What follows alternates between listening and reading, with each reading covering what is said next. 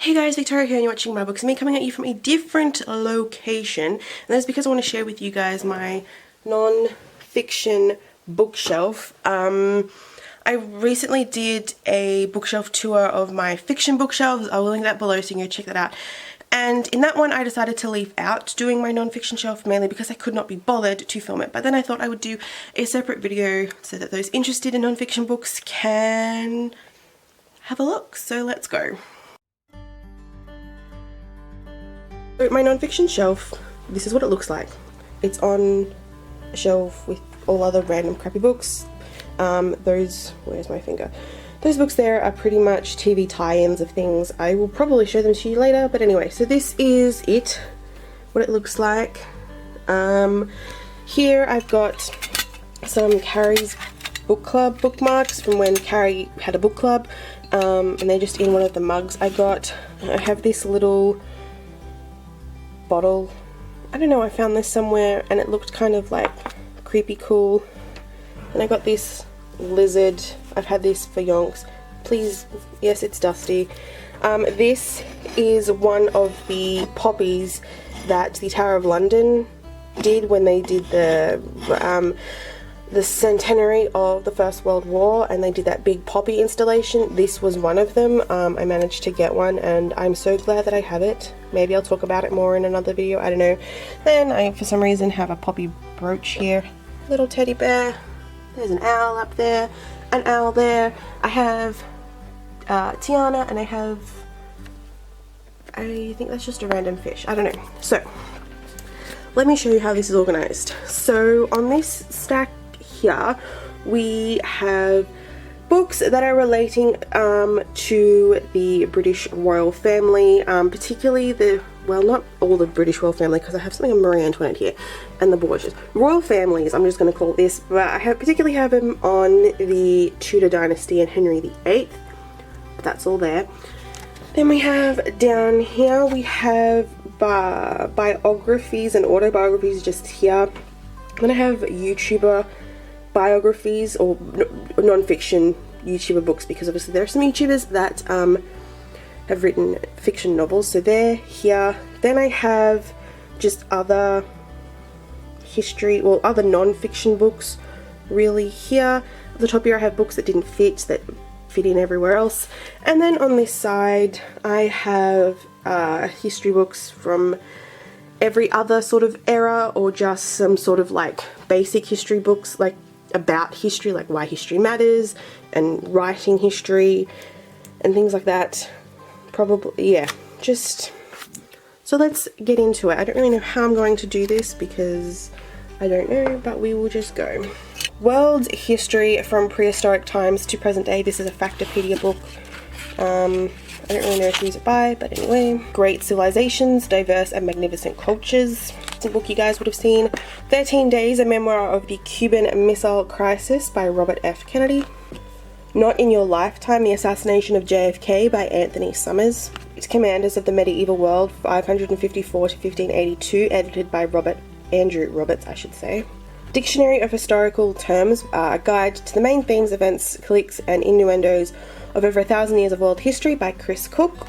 Locating Australia's Past, a practical guide to writing local history by the Local History Coordination Project, apparently. Why History Matters by John Tosh. Myths and Legends by Anthony Horowitz, which, by the way, I got in primary school when I graduated in 2007 for outstanding consistency and effort. And I haven't read it, even though I've had it for 10 years. Herodotus, The Histories, which, by the way, is a really good read.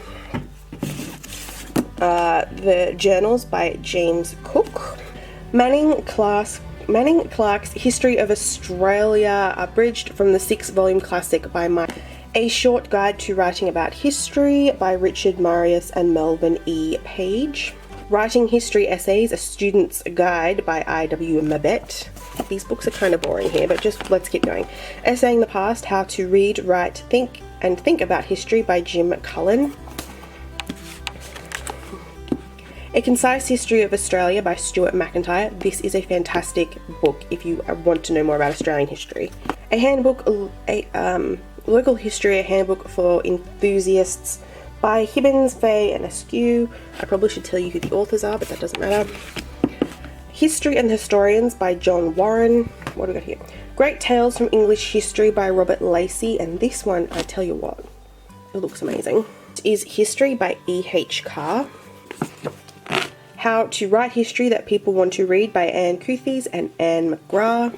Something's gonna fall over in a minute. World History Since 1914 by Chris Cook and John Stevenson. This is literally just a whole timeline of things. Anyway, not important. Media and Society into the 21st Century, a historical introduction by Lynn Gorman and David McLean. The History of the World According to Facebook by Wiley Overstreet. The Convict's Daughter by Kira Lindsay. The Residence Inside the Private World of the White House by Kate Anderson Brower. Yeah. And then the last book on this stack is Portrait of a Killer, Jack the Ripper Case Closed by Patricia Cornwell. That's that stack. Which, by the way, when I was going through all that, just fell on the floor. But anyway.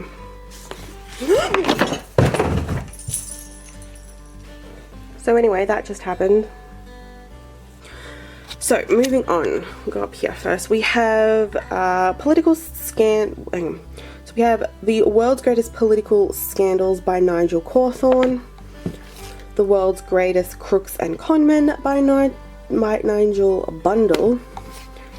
And The World's Greatest Hollywood Scandals by Robin Cross and John Marriott.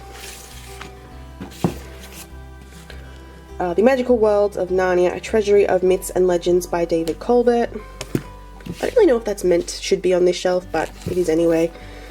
The Middle Ages, Everyday Life in Medieval Europe by Geoffrey L. Singman. And Bushrangers, Australia's Greatest Self-Made Heroes by Evan McHugh. Jack the Ripper, Scotland Yard Investigates by Stuart P. Evans and Donald Rumbelow. History's Lost Treasures and the Secrets Behind Them by Eric Challine. Is Your House Haunted? Poltergeists, Ghosts or Bad Wiring by Debbie Chestnut. The Element Encyclopedia of Ghosts and Hauntings by Teresa Chung. .com's Harry Potter Should Have Died, Controversial Views from the #1 Fan Site by Emerson Spartz and Ben Scone. And Harry, A History by Melissa Anelli, which I think should be on my Harry Potter shelf, and they might need to move on my Harry Potter shelf because there's no room here for any other books I might get. But anyway. Very Good Lives by J.K. Rowling. So now on to my YouTuber section. Okay, so now onto my YouTuber section. I have The Underground Storyteller by Alex Day. They Let Me Write a Book by Jamie Curry, aka Jamie's World. The Scrapbook of My Life by Alfie Days, aka Pointless Blog. All I Know Now by Carrie Hope Fletcher, aka It's Way Past My Bedtime. Note to Self by Connor Frantau. I also do have a work in progress. I'm just waiting for the hardcover edition to arrive, so that will also be in there. The Amazing Book Is Not on Fire, The World of Dan and Phil by Dan Howell and Phil Lester, aka Amazing Phil, and Dan is Not on Fire, even though he says he is no longer Dan is Not on Fire. And Dan and Phil Go Outside. And then we have Binge by Tyler Oakley. I honestly thought I had more YouTuber books, but I don't. Then moving on to the biographies and autobiographies. We have Chris Angel's Mind Freak Secret Revelations with Laura Morton. Seriously, I'm Kidding by Ellen DeGeneres. Orange is the New Black by Piper Kerman. Reg Grundy by Reg Grundy. Caps, Hats and Helmets, Cricket's a Funny Game by Max Walker. Mean Streets, Kind Heart, The Father Chris Riley Story by Sue Williams.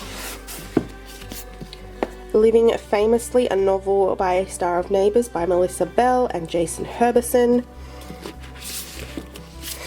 The Lady in the Van by Alan Bennett.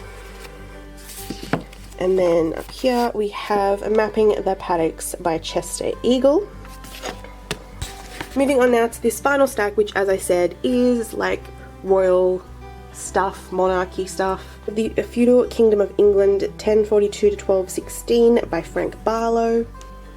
The Borgias by Christopher Hibbert. George the Sixth, the Dutiful King by Philip Zelga. This is one of the Penguin Monarchs books. Victoria, Queen Matriarch Empress by Jane Ridley. Charles I, An Abbreviated Life by Mark Kishlansky. Edward VI, The Last Boy King by Stephen Alford. And Henry VIII, The Quest for Fame by John Guy. Regular books now. William and Harry, The True Story of the Royal Princes by Ingrid Stewart. Diana, Story of a Princess by Tim Clayton and Phil Craig. The King's Speech by Mark Lode and Peter Conrady. Marie Antoinette by Antonia Fraser. Henry, this is part of the Very Interesting People series, and this is Henry VIII by Eric Ives. The Tudors, The Kings and Queens of England's Golden Age by Jane Bingham. The Last Days of Henry VIII by Robert Hutchinson. The Reign of Henry VIII, Personalities and Politics by David Starkey. Henry, a Virtuous Prince by David Starkey. Six Wives, The Queens of Henry VIII, also by David Starkey. David Starkey is a fantastic Tudor historian, by the way. Henry VIII, King and Court by Alison Weir. Henry VIII, Reformer and Tyrant by Derek Wilson. The Year That Changed Henry VIII, 1536 by Susanna Lipscomb. The History of England, Volume 2, The Tudors by Peter Ackroyd. This is actually meant to be a really fantastic series. And lastly, hopefully nothing falls over. And lastly, we have David Starkey's Crown and Country, A History of England Through the Monarchy. So that is a tour of my non-fiction books. They're pretty much all the ones I have.